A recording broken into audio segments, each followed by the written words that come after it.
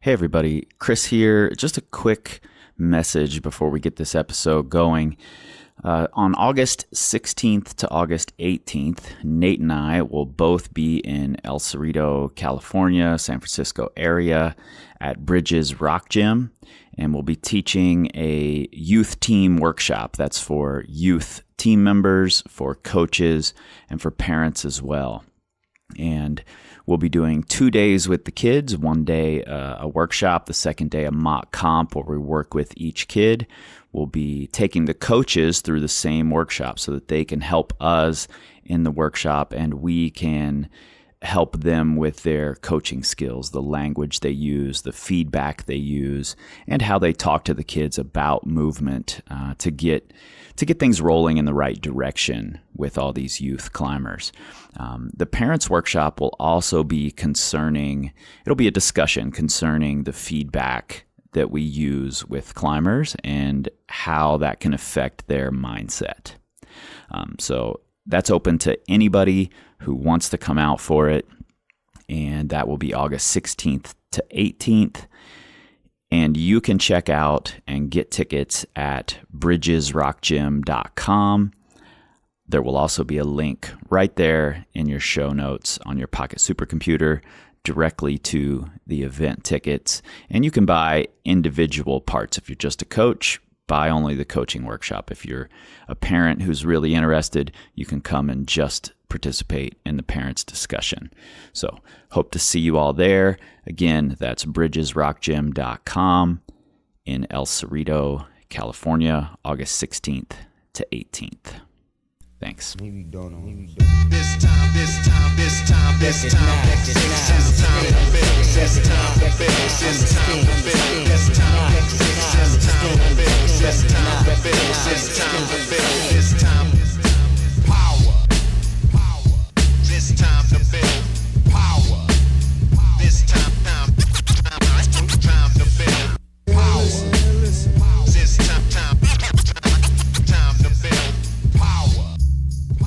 What's up, everybody? I am your host, Chris Hampton.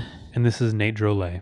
And together we form the Mighty Morphin Power Rangers. Boom. They should be part of the team. We are the power company after all. Yeah. Yeah, we should start a team called the Power Rangers. How cool would that be? Ooh, that would be cool. And we'd all wear different colors. Yeah. I call green. And masks. And I'm definitely the Yellow Ranger then. We need a Pink Ranger. Blake? No, not Blake. Blake's not the Pink Ranger. Who can be our Pink Ranger? We need a good Pink Ranger. We'll think on that. Okay. I'll have it by the end of the episode. What are we talking about today exactly? Barriers to improving outside. Yeah, because, training is addictive for a lot of people. It's really easy to measure. I can't believe I just said that in conjunction with training for climbing, but it's easier to measure inside whether you think you're improving or not. And then you get outside and everything falls apart. I've seen that happen a lot.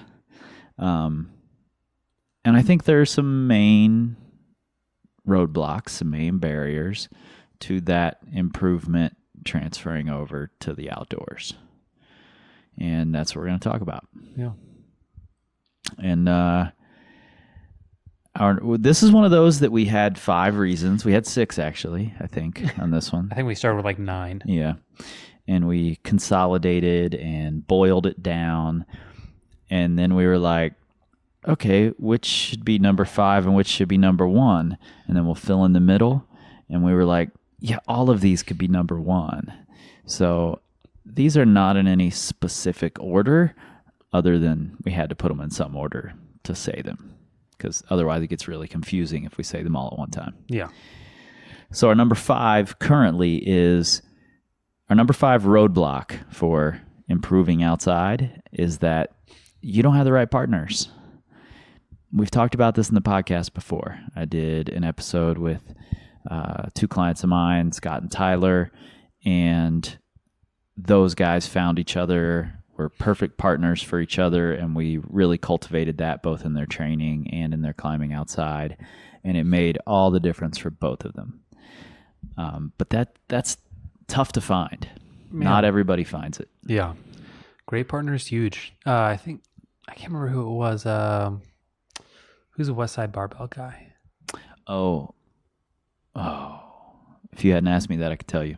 Drawing a blank. I think it was him who said that a good training partner is more valuable than a great coach. And I agree, man. Because I'm a great coach, I'm not sure I agree with that, but Maybe equal. but I do see the point.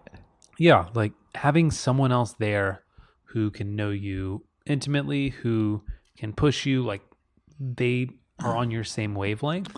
Yep. Like, and it's, like as a coach, like every coach does their best to try and connect with someone. But like a climbing partner, these are the people that you go out, you spend 10 hours at the crag with on your weekends. Like you spend the entire drive, you may drive to another state to go climbing together. Like, Yep. them, their family, like all these things, like these are the people that they're an integral part of your life. And sometimes you're in a bad relationship. I've been seeing that word far too often lately. We've had a task in our shared board meeting topic list for quite some time that said how to tell you're in a bad Top 10 long-term ways relationship. Tell you're in a bad long-term relationship. But now that the word relationship is being used all over the Instagram, I'm going to have to just nix that one. I know. Or just come back to it later. Let it be known, I used it first in our secret folder that no one else ever knew about. I'll vouch for you. Yeah, and I also think that it doesn't have to be just one person, just the same person all the time. I think you can have several good partners, and maybe I think it's a good thing to switch it up from time to time, to sometimes be the strongest person in the group, to sometimes be the weakest person in the group. I think that's a good thing. Totally. So not the right partners could also extend to just climbing with the same people all the time and never getting to see other perspectives. Mm-hmm. Yeah. I mean, it's important to see, like some people just don't realize, like if you go out climbing with someone who they like take their time warming up, maybe they'll do a new route and then they go over and they can try their project, like a hard limit project for them, like 4 or 5 times in a day. And then they go out and they try to do another route afterwards. Maybe they get it done. You're like, what the fuck? You just did like 12 pitches of hard rock climbing. Mm-hmm. Like we do like 3 normally. Right. And like we set up our hammocks and we take a nap. Yep. Don't set up hammocks. But if you don't get to see the way other people operate, or realizing that some people are like, okay, like I just got off my project, I'm going to wait at least an hour before I try it again. And if I'm tying in, then I tie in with the intention of doing work. Yep. If I'm not trying to send, I am there to learn. Yep. Like there's no wasted time. And there's times where it is nice to just go out and have fun and do whatever, depending on time of the year, what your goals are. But it's nice to be able to have that perspective of seeing what all the different ranges are. Yeah. And I have to say this, that maybe your significant other isn't the best partner for you. I mean, sometimes that's a real thing. If one of you or the other aren't willing to work on what's potentially a really difficult moment in your relationship, which happens pretty often while rock climbing, then maybe the best person isn't that significant other. And you two should be out climbing with other people. And that's totally okay. Yeah.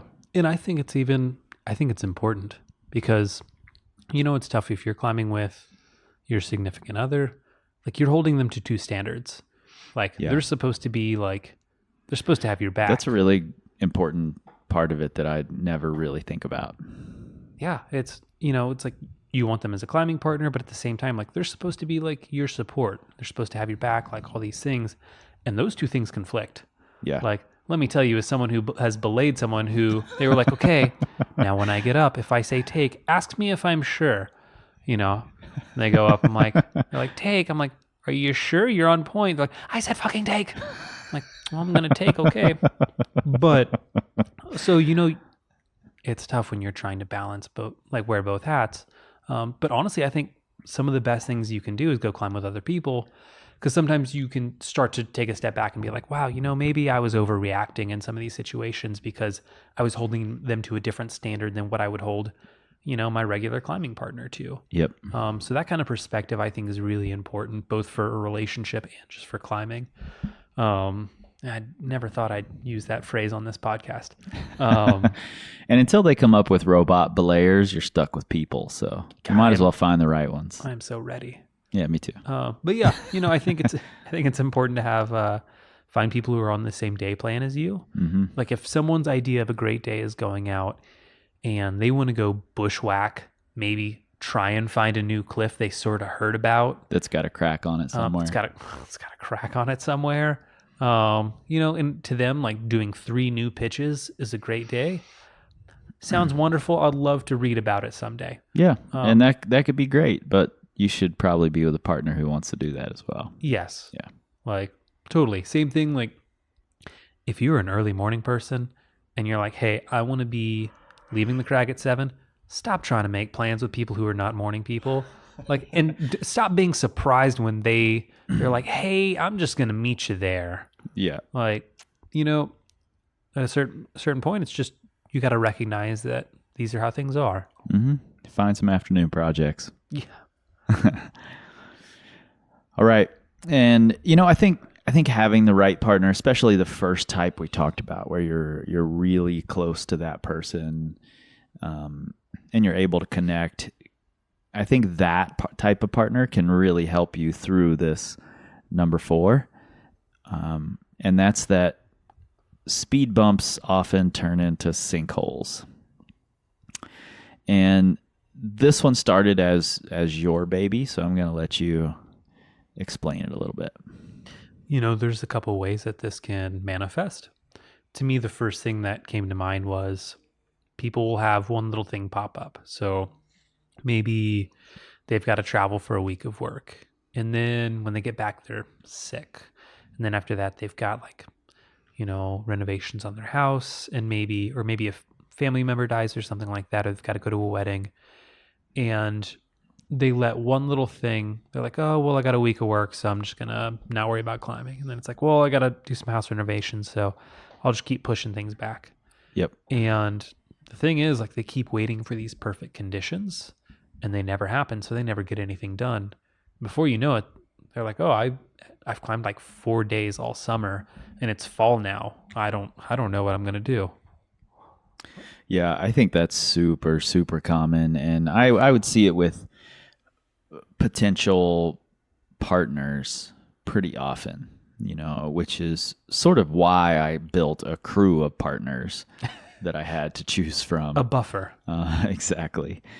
Because as you become more, as you go more and more into the adult world, people have more and more responsibilities. Not everyone lives at the crag. Yeah. And they don't stop. There's going to be another thing after this thing. That's just the way it goes. And to think that that's not going to happen is just not thinking it through. So you have to plan a little bit. But when those little speed bumps happen, you have to take it like a speed bump and just get back on track. Do what you can do. Keep moving forward. Mm-hmm. It can't be this, oh, I'll just wait till next time. I'll just wait till next time. I'll just wait till next time, or letting things spiral out of control. And that's what I meant by saying that I think that type of partner that you're close to can really help this thing happen.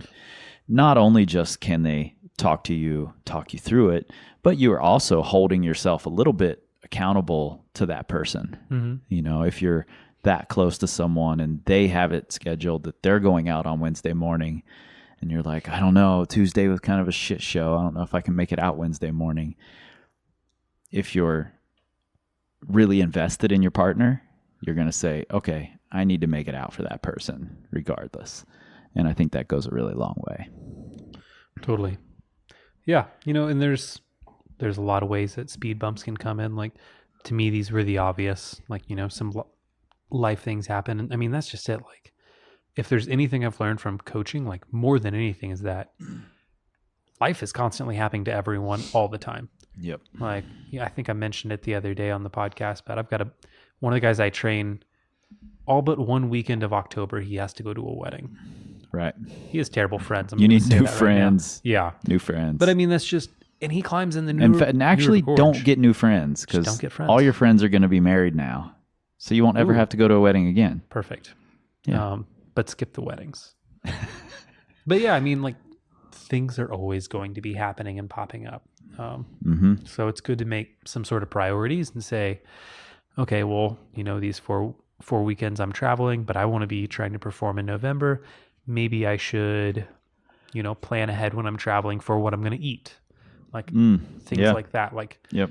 Because I mean, that's the kind of thing, if you go to like a 3-day weekend of Taco Bell, just whatever. Yeah. Like traveling food plus wedding food plus drinking and all that. Like, you do 4 weekends of that in a row, and it's like suddenly November is weight training season. Yeah, sure is. But I also think it can manifest itself, and we talked a little bit about this, and we both saw it opposite ways. Like, injuries can be a little speed bump. Mm-hmm. And they can either take you down the sinkhole of, oh, I can't do any more training, I can't climb, I need to rest for a month. Or it can become, I'm going to ignore this injury, I'm going to ignore this injury, I'm going to ignore this injury. And then it becomes this big sinkhole, and you have to take the season off, and you never do address it. Yeah. So it goes both ways, I think. Totally. I think for the first one, where you have an injury and you're like, oh, well, I'm just going to rest or whatever, like, never waste an injury. Like, I'm a strong believer in that. Like, there is always something you can be developing. It doesn't matter like what has happened. There's always something you can be doing. Yep. And I think that's, that's one of the things that separates really great climbers are, they still get injuries. Like, even like the best climbers have injuries or have weird things happen to them, like weird tweaks. Yep. But the thing is, they're like, oh, okay, like I have a finger injury. I'm going to do a lot of core training, and I'm going to do maybe some ring workouts, or I'll do some really light endurance work, because I'm just going to do whatever I can to keep moving forward. And really often, like, a lot of people come back from injury the best they've ever been. Yeah, we've seen it happen over and over. We've seen it with Shauna Coxey multiple times in the past few years. Yeah. Where she's injured. You see her doing all these things through her injury. Not always on the wall, but always within the climbing space in some way. And then as soon as she comes back, she's winning World Cups again. We've seen it happen over and over. Yeah. There was something that happened to me, and I've seen this happen to a lot of people, is I used to be very dependent on heel hooking, and like tweaked my knee very severely to the point to where it was in a bad way for months. And after that, I had to learn how to be really strong with my toes. And now it's like, I consider having like long tension off my like toes to be one of my biggest strengths. Yep, and totally. Had I not injured my knee, that never would have happened. Like, I would have just stayed dependent on it. Now, I also could have very easily been like, oh, my knee hurts, I'm just going to take time off. And then I could have just waited until I could heel hook the exact same way I did before and do that all the time. And then I wouldn't have learned anything from it. I would have just lost time. Right. Or you could have said, I'm a heel hooker, that's what I do, I'm going to just tape it and keep doing it. And then you could have ended up with a really debilitating injury. Yes. So speed bumps turning into sinkholes. I think we've all seen it happen. Where you're going to hit speed bumps. So just don't allow them to grow and become these massive things that are out of control. Yeah. Don't be surprised when they happen, because, I mean, shit hitting the fan is just a part of life. Like, have backup plans and, just try and take it in stride. Yep. All right. Our number 3 barrier to improving in the outdoors. And I just want to emphasize again that these are not in any specific order. They are all very important. Like, Yes. because every time I see like I know. this one, I I'm was just like, thinking the I'm same like, this thing. could be number one. And then I'm like, oh wait, that's right. We don't have a number one. Yep. But for so many people, this is their number one. Yep. And this came up this week because one of our patrons who was in town, I went out climbing with him, and he wanted to get on a route that he had tried a couple of years ago or last year. And the first go up it went fairly poorly. And in his assessment, it went exactly the way it did a year ago. And I don't think he was going to get on it again, but I talked him into it. And the second go went much better. And then he got a little bit excited about it. And then a couple days later, I saw him at the crag again, get on the route in what I thought should have been the send. Like, he looked really strong on it, looked really good on it. Felt like he tweaked his back a little bit and pulled the draws. And I was like, oh no. And I thought about it for a minute. Like, should I give him a pep talk? Like, should I convince him to get back on this? And then I thought, you know what? No, I'm going to let him work through it, see what happens. And then a couple days later, I got a text while you and I were out in the machine shop training that said he'd sent. And I was just like, hell yes. You know, I'm glad he stuck it through. But in that interim, in those couple days, I was like, I don't know if he's going to go back. And I was like, I was having this dilemma with, should I have said something or should I not have? You know, so I'm very proud of him for going back and for doing it. And he's very psyched that he did. But a lot of people never give themselves that chance. Mm-hmm. And that's what this number 3 is. You're not giving yourself a chance to improve. And this can go a lot of directions that we didn't even discuss yet. We were just talking about the process of climbing harder routes is hard. Yeah. You know, and some people just bail on it way too soon. Mm-hmm. No, I mean, we see this all the time, and it's hard to not do in your own climbing. Like, a way this manifests for me is, let's say I'm going to go try a sport climb and I haven't been on it in 2 years. And 2 years ago, I know I got to this certain high point. And so I go back and first go on it. I don't even come close to that. I'm just like, oh shit, I'm a worse rock climber. Like, this is terrible. And because it's hard to remember, it's like, oh wait, I was like fighting tooth and nail to get to that high point. I had put a bunch of days in it. I had it dialed. Yep. Like, of course I'm not going to get near there because like I don't remember most of my beta. Like, this was me just testing it out. Like, I don't need to be stressed over this, but it's very easy to overreact when that first thing happens. It should be like, oh shit, like, okay, like, no, I need to go do something else now.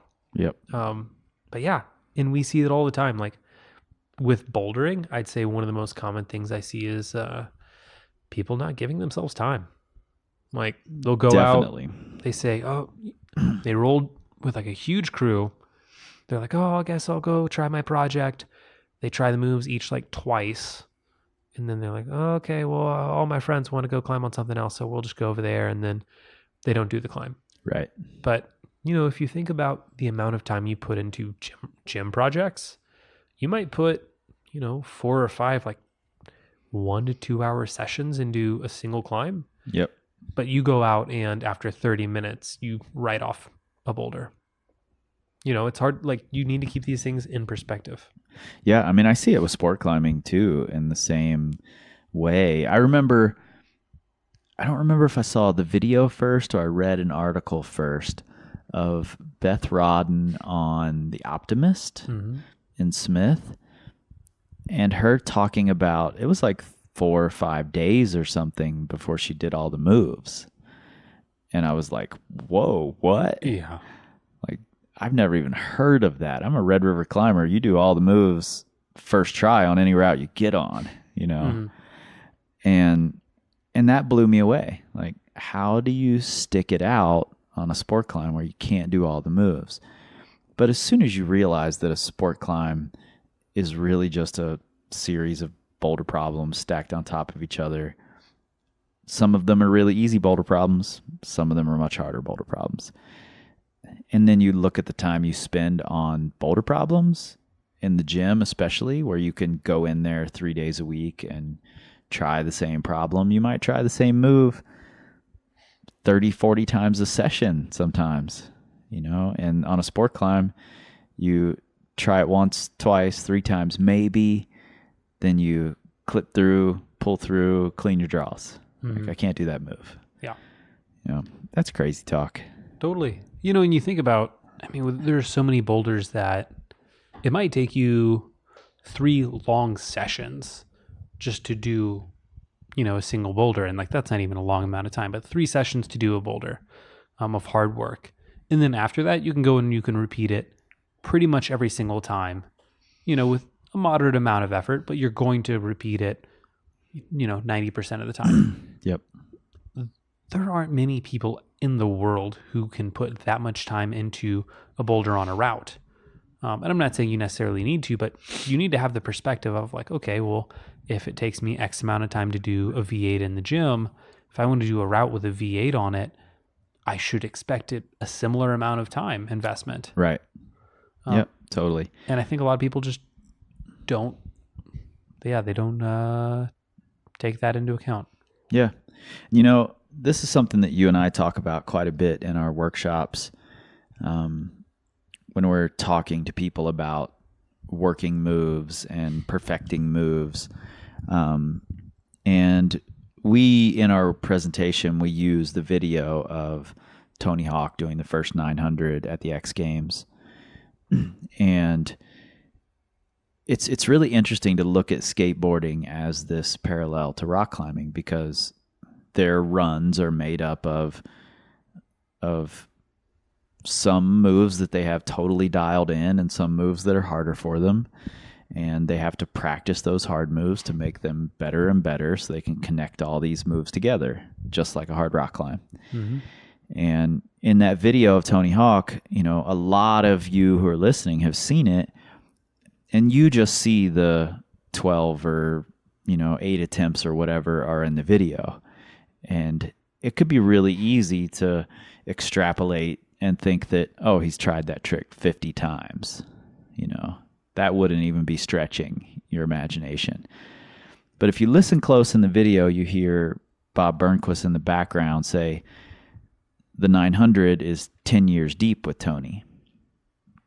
And the reality of it is that Tony actually first tried the trick 15 years before he landed it. Those first 5 years, on and off, occasionally, didn't really understand where he was.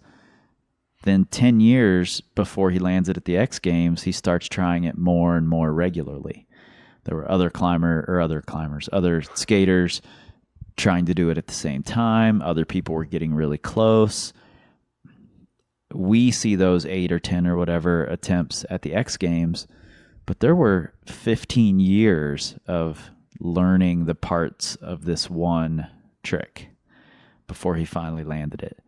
And then it wasn't long before he was doing it in runs and doing it relatively regularly. And climbers very often, when they go out into the field outdoors where they're looking to improve, that's what all our training is for. Try something a handful of times, move on. Mm-hmm. Or even just one time. I see so many people go outside. They're very concerned about getting in as much as they can on their couple of days outside, and they try a route once and they move on to another route, and they hang on it a couple times and they move to another route. They hang on it a couple times, and that's what their whole weekend looks like. And you have to ask yourself, is that going to be the thing that I'm more proud of? Or would I be more proud if I spent 3 or 4 attempts on this one thing that I had to hang once on my first try, or twice on my first try? Because chances are you're going to do it if you put a couple of extra attempts on it. Mm-hmm. So People not giving themselves a chance. Yeah. And what you just finished with that, I think is really important. That, you said they may hang on it once or twice and they'll probably do it. I think a lot of people don't realize how fast you can connect things. Right. Yeah, they don't at all. And it's, it's like the other day, you were talking about the patron who went up. You were like, oh, he's on the Sengo. And then like he ended up pulling his draws. It's like in your mind, you're like, you're there. And it's like, and this is something we both see all the time where someone is just so unbelievably close. It was funny when I was climbing in the red, I was at the Gold Coast one day and the Polish national team was there. The guys were just monsters. I think it was like 4 guys on the team, but this one younger guy went up, gets on God's Own Stone, on sights up to the crux, falls, immediately pulls back on and climbs it to the top, lowers. And I was like, man, that was sick. Like, you've got it next go. And he was like, no, I think it's a little too powerful for me. And I like pause. I'm like, hold on. What? Like, are you fucking with me right now? Like, and I guess like what was funny is the only other guy from their team who got on it, because the other guys were just circuiting the entire crag, but the other guy flashed it, basically cutting feet intentionally on every move. He would like make a move, cut both feet, swing them over to the next hold, do the next move, and he flashed it casually. But what's crazy is like, I watched this guy, I was just like, you just did this, like you got a huge overlap. Like first try you did the boulder once you knew what you were doing. Like you should have just done this next go. Yeah. But it's crazy. He ended up doing a couple easier things at the crag. He settled for some consolation prizes, some 13 C's, some 13 B's. So that's nice. He was consoled. But I mean, it's funny that people at that level cannot realize how quickly things can come together. Yeah. But it definitely happens. Totally. I mean, it happens to everyone. Like, and I think it's a sign of a really great outdoor climber to be able to do the opposite. I remember this would have been maybe like 2009. I was climbing with Jimmy out in Colorado, and he would go up, kind of do moves on things, and maybe there'd be one move that was giving him trouble on a boulder. And once he'd figure it out, he would just pull on from the start and do the whole boulder. And this was like, he was very strong at the time, but like people didn't like know much about him. And I remember I'd be standing there, people would be like, what the fuck just happened? Like he just did it. He didn't have to do links. He didn't have to do anything, but he knew what he needed to do. Right. He understood himself so well. He checked his boxes and he pulled on confidently and just got shit done. Yeah. But it was so funny seeing the reaction from people because they're like, well, that was out of nowhere. Mm-hmm. But it was suddenly every boulder he did was out of nowhere kind of thing. It's like, right. I think maybe this isn't out of nowhere. It's just, there's something happening here. Yeah. He just understood his process. He could do a sequence and be like, okay, I'm never going to fall on that again. Like, okay, I'll do this sequence. I'm not going to fall on that. Like, I just need to do this move and I need to know the little parts that connect the two pieces. If I can do that, I'll do the whole route, the whole boulder. Yep. And I think it's a sign you see good, or great outdoor climbers. They have that confidence and they have that knowledge in themselves of what it takes. And sometimes, I mean, I like to think there's times where I feel very confident in myself and I understand this process, but I'll still watch people and be like, oh, good luck with that next go. I can't believe you're getting on that again. And they fired. I'm like, oh, fuck me. Okay, that's awesome. Yeah, that happens to me too, for sure. Yeah. But so it's one of those things like you just need to play around with, like maybe try things a little more than you think you should. It can be taken to an extreme, but I honestly think most regular weekend warriors aren't taking it to that level. Yep. No, I totally 100% agree. And I think the two are different with sport climbing and with boulders. I think you have to learn that process both ways. I had a moment on a boulder in Waco, a boulder which shall not be named. We will never speak of this boulder again, actually. It's the Voldemort of boulders. Yes. It's the only V11 still that I've ever touched. I've ever tried. I don't know what rock climb this is. And I did the bottom of it in 5 minutes, something like that. Mm-hmm. And just dropped off after the bottom and was like, okay, I'm going to learn the top of it now. Yeah. And someone was like, what did you just do? And I'm like, what do you mean? And they're like, it's V3 from there. I'm like, no way. And I pull on and climb to the top. Mm-hmm. Like, oh yeah, it's V3 from there. Oh man. And then I came back 3 days and couldn't repeat the bottom. Damn. So in sport climbing mode, that would never happen to me. If I make it through hard moves, I'm going to keep climbing, you know. But with a boulder, I thought, here is the process.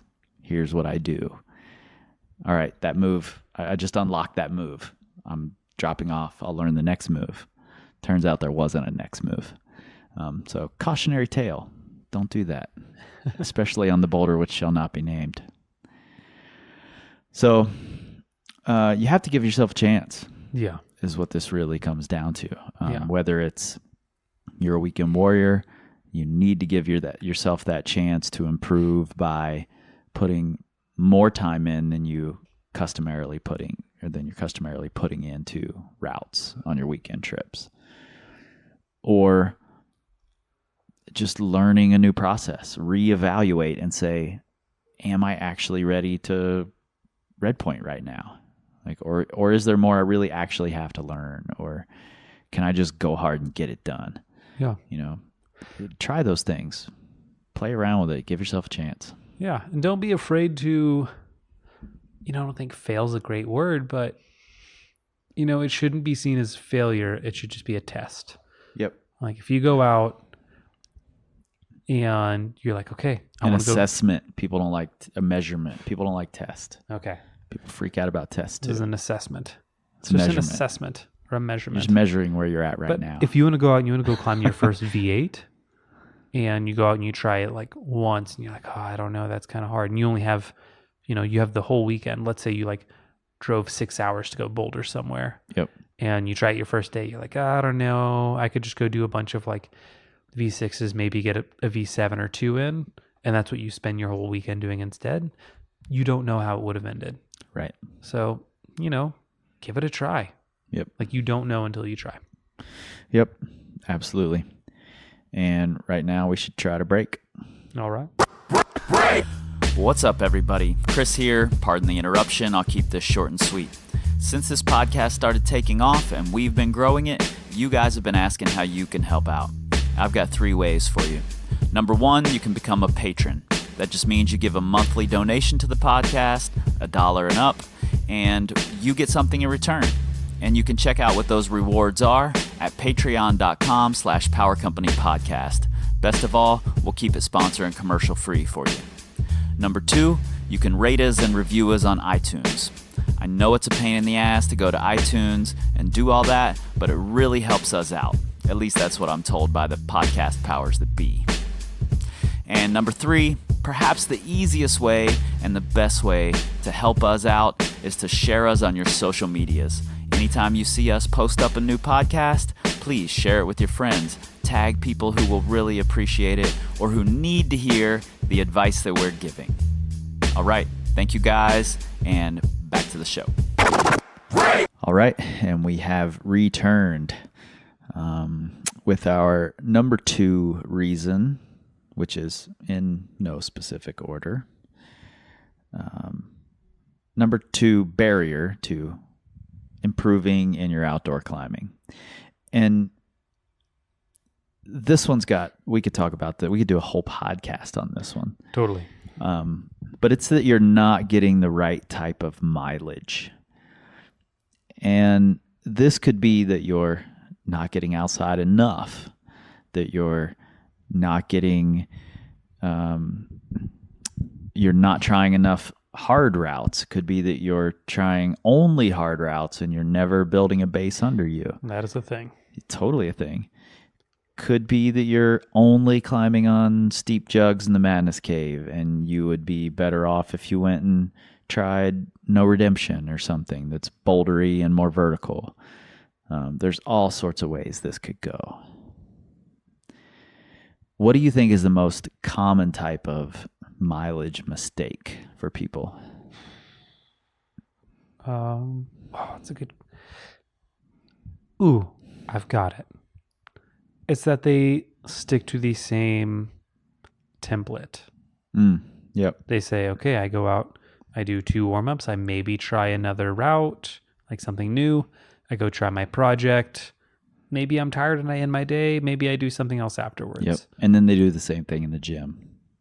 They might do the same thing in the gym, but that is their outdoor template. They just repeat it ad nauseum.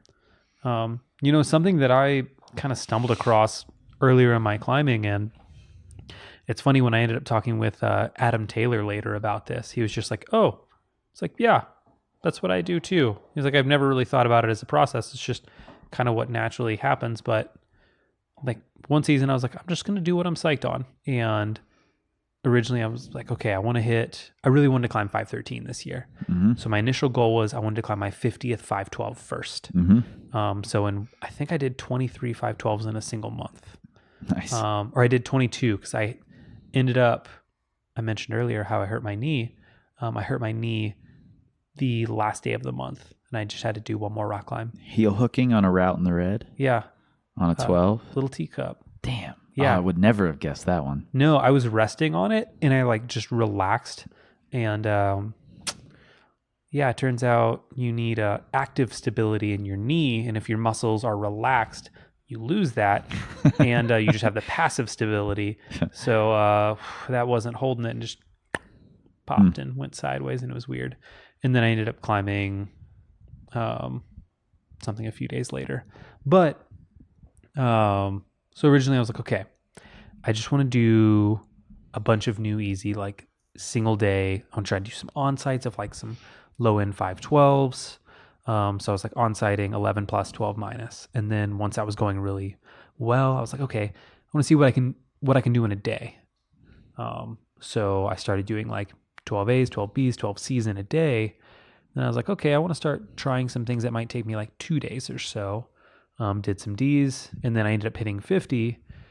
And then I was like, okay, well, let's see what'll happen when I actually like put some time into things. And then when I would put like 4 and 5 days into routes, like I started climbing 513 after having already built up a base. And then I actually ended up going back to on-siting again. Mm-hmm. And it was great. It was a ton of fun, like just kind of switching through this rotation of like, okay, what can I do, first try versus like on-site versus flash versus the long process till like I finally had a big project and I wanted to climb a 13B, did it. And then I was like, okay, let's start back over. And that it doesn't have to be that template, but I think for a lot of people, changing things up is really important, and it just doesn't happen. Yeah, I think you're right. I think especially for a weekend warrior, it's really easy to get trapped in the same template. If you have the availability to go to the crag more often, especially if you live somewhat near a crag where you're working as well and you're doing half days some days, full days some days, it sort of lends itself to switching it up. But weekend warriors who have this very regimented schedule of, I get off work Friday at 5, I get into my car at 5:07, I drive to the red, I sleep in Miguel's parking lot, I get up at 8:03. They have this very regimented thing that they do every weekend. Mm-hmm. That really lends itself to, I'm going to do the same exact template over and over and over and over. We really should have picked on rifle climbers for this one, because they do the exact same warm-ups, exact same AM project, exact same PM project, and they just do it until it's done. And that could be like seasons. Yep. And so, I think when we talk about the wrong amount or the wrong type of mileage, I think not changing up the template of how you approach a day, that's a big mistake. Yeah, I think so too. I think that's pretty hugely important, and it's sort of a catch-all for a lot of the different types of mileage we found in this, except for the person who ends up being the one-trick pony. And even if you're on-siting versus projecting versus 3-day mini projects, whatever, if they're all in the madness cave, you're still not getting all the things you need. Yeah. And it's really easy to get trapped into that because that's what you're good at. Things go down quickly. You know what to expect when you get on them as far as how long it's going to take me, how it should feel when I'm ready to red point. And it's a little different when you switch things up. But I think it's worth it. And traveling is really great. Mileage on the road, different areas, different grip types, different rock, different styles. But even if you can't travel, if you're a mom who has 3 kids at home and you can only get to the crag 1 day a week and you only have a 2-week vacation every year, then by all means stay at your home crag and get a lot done. But try to do some vertical stuff, try to do some deep stuff, climb a slab for God's sakes occasionally. Maybe even go crack climbing. I think it's fun to switch it up and do all those things. Yeah. Every now and then I'll find a really nice looking crack where I'm like, oh, that's stunning. I want to climb that. No, you do not. And then I climb the sport route next to it and I do a death choss traverse over to the anchors. And then I free snake through the anchors a couple times. And I'm like, oh, that was wonderful. Cool. Check that box for the year. 2018 trad climber. Okay. Done. I am well traveled. But yeah, as far as one trick pony goes, I think this is one that's hard to recognize that you're doing it. Mm-hmm. Yeah, because if you're even just climbing in one area, like the red. Just sport climbing versus bouldering. That alone, that's huge. Just sport climbing versus bouldering. But it's easy to believe that, we use the red as an example a lot, but it's, it's kind of amazing, so I'll do it. But most things there are fairly endurance based. Mm-hmm. And a lot of the routes that most people are like, oh, that's really bouldery. Most people refer to Convicted as bouldery. Right. It's still like an 85-foot route. Right. And if you put that boulder on the ground, it wouldn't even be a thing. No, it wouldn't be a thing for someone in like Mythos who's been climbing for like 5 months. Right. But yes, it's very easy to be like, oh yeah, no, I did some bouldery routes this year. I'm really changing things up. Mm-hmm. So be careful of becoming the one trick pony. Yep. Also, you might just find you're really good at other things or you really enjoy them.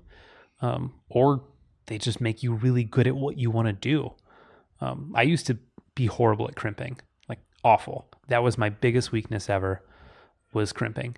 And then eventually originally it was because of finger injuries, but they got better, but I still just kept avoiding crimps. And then eventually I started working back towards crimps again.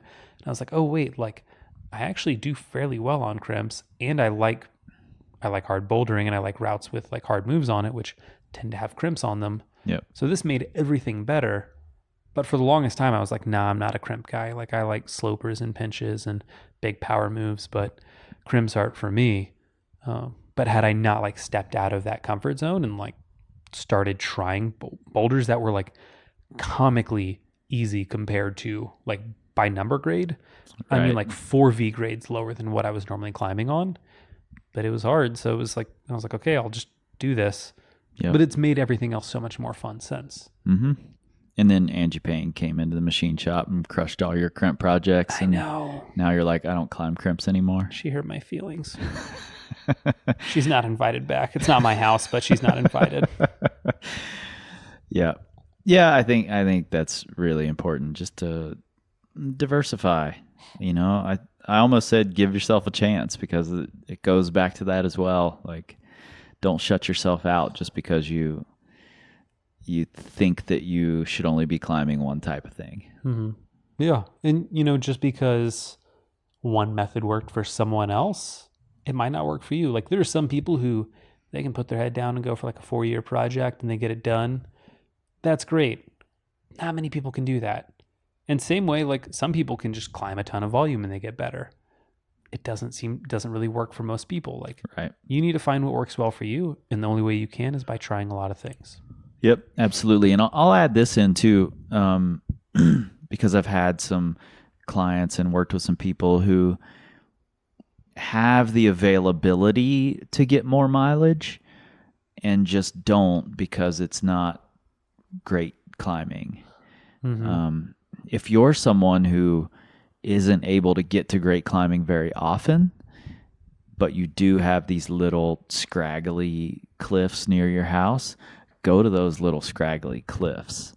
I mean, I spent so much time climbing on weird man-made limestone walls when I was learning, and I feel like my footwork became so much better because of it, standing on these little slippery limestone edges. I would go to the red, and all of a sudden every foothold's a jug, you know, but that never would have happened had I only stayed in the gym and climbed in the red. Yeah. So, you know, you'll find there will be things about those little scraggly cliffs that help you improve. Yeah. And I mean, like, what may be a scraggly cliff to you might be world class to the English. Oh, man. Sorry, all of our UK listeners. He didn't mean that. The truth hurts. I mean, but for real, like, something that I admire the English for, like, the people in the UK, like, they do so much with so little. Like, some of their, like, bouldering cliff line stuff, you're like, wow, that looks awful. And they're like, yeah, we have like 47 problems on this, like, I don't know, the 7 meter. And if we can't climb cliff there, we're climbing in our cellars. Exactly. Yeah, it's sticky damp out right now. It's good. We're gonna go for it. But yeah, like they just like get after it with like some of the most garbage looking rocks. Some of it looks great, guys. You know, it's wonderful. I'd love to visit someday. But some of it, like, I'm just like, wow, that looks terrible. But like, you were fucking psyched, and that is awesome. Like, yeah, totally. And they get after it. And like, you know, I love like Jerry Moffat's book and read Ben Moon's book as well. Like, in like the stuff they talk about, they're like, oh yeah, I would like climb up this and down this, and like I would practice shaking out on this. It's just like the things that they did, few people in the States would ever repeat. Right. Like as a form of training, because they're just like, no, like why would I climb on that? That looks awful. But like, you know, for them, they were like, okay, I need the mileage. And for a lot of people, you know, and I think you really hit it on this, like a lot of people would rather go train in the really nice, cushy gym that's like AC controlled and has a moon board and a tension board and all these things. And, you know, it's wonderful. But if you don't spend time outside, you don't have that currency. Like you don't, you know, you have to know how to grab limestone. You need to know how to smear on bad holds. Yep. Like climbing outside in and of itself is a skill. And if you aren't practiced in it, like you're going to have trouble. Yeah. So it's good. Like it's good to get out and spend some time on English type rock. Totally. And, you know, you just brought up conditions too. And that's something maybe we should have talked about in not giving yourself a chance. Or maybe it should have just been its own topic here. We should have done top 10 roadblocks to outdoor improvement. All still equal. But paying so much attention to the conditions is just a little bit asinine for most climbers. Unless you're going out to try and climb on the absolute hardest thing you'll ever do in your life, then go try it even though the conditions aren't prime. I spent a lot of summers climbing in the red. I'm not saying that's smart, but I got a lot of mileage in so that I could spend time in the good conditions trying hard things. And I've seen a lot of people send things in less than prime conditions. It can happen, you know, but if you don't give yourself a chance, if you skip going outside because the conditions aren't perfect, then you can't do it. So, yeah. And not to mention weather changes. Like forecasts are terrible. Forecasts are horrible. There are so many times where I've gone out where I'm like walking through fog. I'm like, oh God, this is awful. Why am I even doing this? And then you get there and everything like dries up and some wind kicks up and you're just like, oh, sticky damp. Mm-hmm. They were right. The English were onto something. The English knew about it all this time. Yeah. No, one of the best examples was I went climbing in Horseman's. This was maybe proportionately to how strong I was, the best day of bouldering I've ever had. It's top 3 for sure. But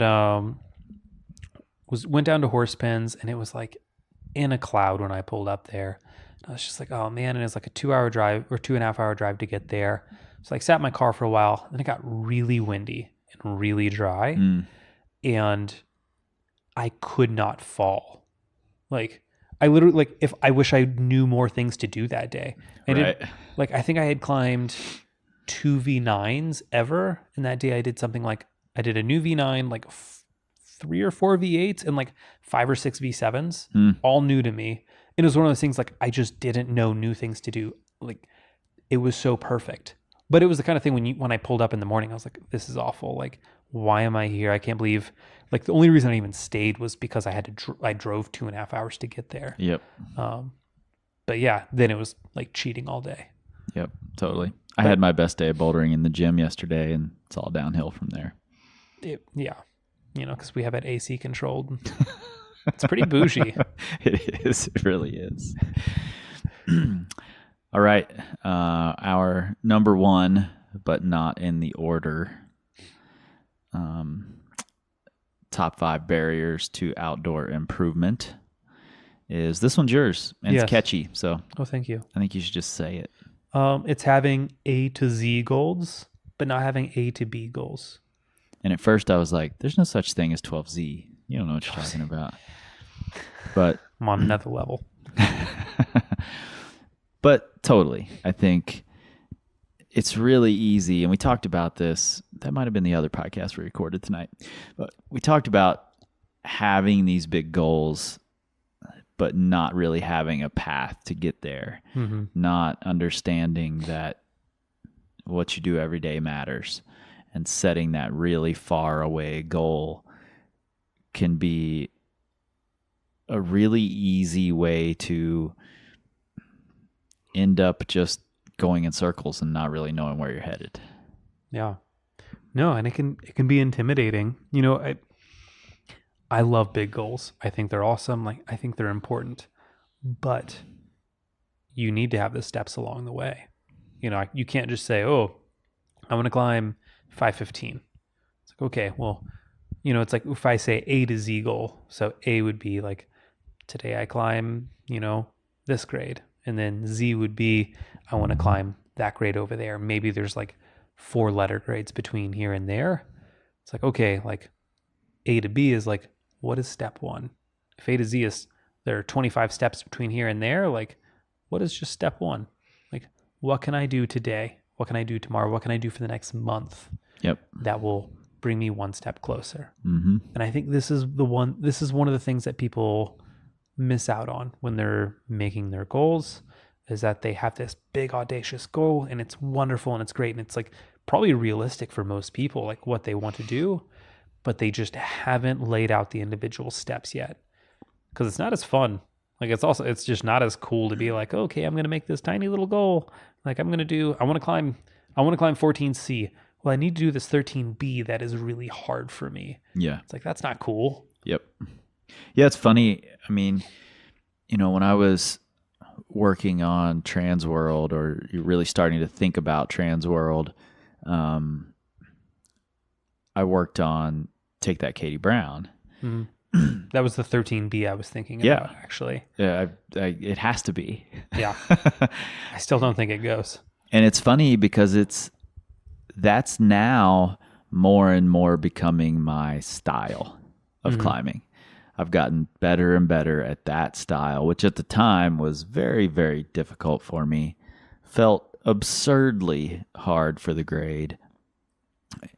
But now I'm starting to think about, the hardest thing I'm going to climb should have some similar type moves, where I'm going really big and having to keep tension. And so I think for me, that really hits home, that in order to climb this big grade, you're going to have to climb something that early on feels absurdly difficult for the grade. Yeah. And it's all about just what makes you better. Mm-hmm. And that's there can be a lot of forms for that. It could be like before I did Zookeeper last fall, I had a goal of I wanted to repeat what I referred to as Cerberus because I needed to log something on 8A.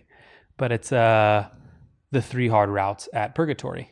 And I've never actually been one to go back and repeat routes. It's something that like I see a lot of value in. I had like warm up and cool down circuits, but I would never make a day of, okay, I'm going to go out and try and do this. But in my mind, I was like, okay, like I'm going to go out and I want to repeat these 3 routes in a day. And if I can do that, like I'm fit enough because frankly, they're all longer than Zookeeper, which is wonderful. But this was something that, you know, it's like basically 313Bs more or less. Yep. Like for a 14A route, like there's, you know, they don't really add up. But in my mind, like I was like, okay, if I do this, I'm good. And so I ended up doing it, and it was such a boost for me and you know, it only took 1 extra day out of my season. And I think that was the first time I ever climbed Dracula too. But yeah, I had just never gotten back to that one. But I was like, okay, this is the goal. Added that, and this was like this one little tiny step on the process. Right. But for me, it ended up being huge because I actually like was very surprised it even happened. By the end of the day, I was like, oh, maybe I am fit. Like, cause I hadn't been sport climbing. I'd just been training, doing campus punks all summer. Yep. Cause that's all I had access to was a campus board and weights. So I was just foot on paddling with a campus board. So this was like, oh, okay, I can sport climb. Like we're in it to win it at this point. Yep. And so adding this little goal instead of going straight to trying the project, I think that for me was monumental in building momentum. Totally. And I think it's really important to be able to see your season that way. Like if the big goal is whatever it is, if your big goal is 12A, at the beginning of your season, going out and jumping right on 12A sounds really enticing. It sounds like it's the best way to get there, but it may not be. And I think we can, as much as I don't like to pull directly from other sports all the time, we can look at almost every other competitive sport and see how they structure their competition season. And swimmers, boxers, runners, all sorts of athletes will start their season not expecting to be in top form. And, you know, going to the races, going to the fights that are going to help them prepare for the big races later on or the big title fights later on. You know, it just makes sense when you think about it. But it's really easy to get trapped in the logic of I can't climb 12A unless I try 12A. Totally. But maybe that just comes a little bit later. Yeah. No, I remember that was something with running, you know, you have to just keep it proportional to what it was. Like, so, you know, if I go out and my first race of the season, it's like a preseason race and I run a 5K in like 17 minutes. I'm like, oh, last year I ran it in like 17:20 on this race. Maybe I ran faster at the very end of the season when I was at my prime, but it's like, oh, I'm 20 seconds faster than I was at this same point. Mm-hmm. That's huge. Like, but if I compared it to my best, I would have been like, oh, well, this was terrible. Like, you know, I'm an awful runner. I almost said rock climber. But it's that same thing with climbing. Like, if you go out in day one, you expect to be better than your best ever. Like, you know, sometimes that happens. Yeah. Like, especially when you're new to climbing or you're new to like, it's only your second season ever of sport climbing. Like every day you're pretty much better. Right. But once you've been doing it for a while, you know, you have to keep things in check and you need to keep things in perspective. Yeah. And I think that's something a lot of the guys here do really well in that they have this circuit that they've dialed in, you know, like these are the routes on the rodeo wave that I do. And last season, it took me 2 days to repeat Cal Reggae and 3 days to repeat Stetson or whatever. Mm-hmm. And then this season, it took me 1 day to repeat Cal Reggae, and then I repeated Stetson the next day. So now Atomic Cal is a for sure thing this season, you Mhm. know. And then at the upper levels of that is BJ, who's got this circuit of every route on the wall at this point and can repeat them pretty much anytime he wants to. But he still goes back and judges how his fitness is coming along by how do these routes feel when I do them back to back to back, you know. So I think it's really important to have that. And like you said, it just boosts you for later in the season. And if you don't do that, you don't have that boost, you're going into your big project unsure. It's a really easy way to stunt your growth out there. Yeah. Man, and confidence it can't be overstated as far as I'm concerned. Totally. I don't care how much #science you've got behind your training. If you aren't going in confident and sure that you can move well and believing that you can send, it just doesn't matter. Yeah. So, how about you go back through our top 5 barriers to improving outside? All right. So, number 5, bad partners. Number 4, speed bumps that turn into sinkholes. Number 3, you didn't give yourself a chance. Got to give yourself a chance. Number 2, the wrong amount of outdoor mileage. And finally, actually, I guess shouldn't say finally. Really, these are all number 1, just in different order. But number 1, having A to Z goals, but not having the intermittent A to B goals. Totally. Yep, super important. So if you've been hitting a roadblock, if you've been plateauing outside, take a look at some of these things. They might be the thing that you need to, make that breakthrough this season. And until then, you know where we're at. We are at powercompanyclimbing.com. If you need to break through a barrier indoors too, if your training seasons have sucked lately, we've got training plans. Those are definitely the top 5 ways to break through your plateau. Forget about all these things we just talked about. Go buy a training plan, powercompanyclimbing.com. You should also follow us on the Facebooks and the Instagrams and the Pinterest at Power Company Climbing. You're at Crux Padwell on Instagram. Yes. Not anymore. Now it's just Nate Drolet. No spaces. I know. Threw me too. And you can look for us on the Twitters. I don't believe Crux Padwell is there either, but I know that I'm not there because we don't tweet. We scream like eagles. This time to build power. This time to build power. This time to build power. This time to build power. This time to build power. This time to build power. This time to build power. This time to build.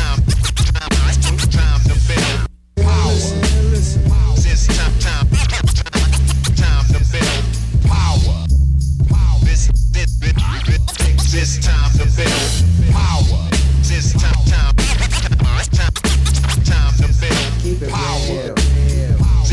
time to build. This time to build. This time to build. This time to build. This time to build. This time to build. This time to build. This time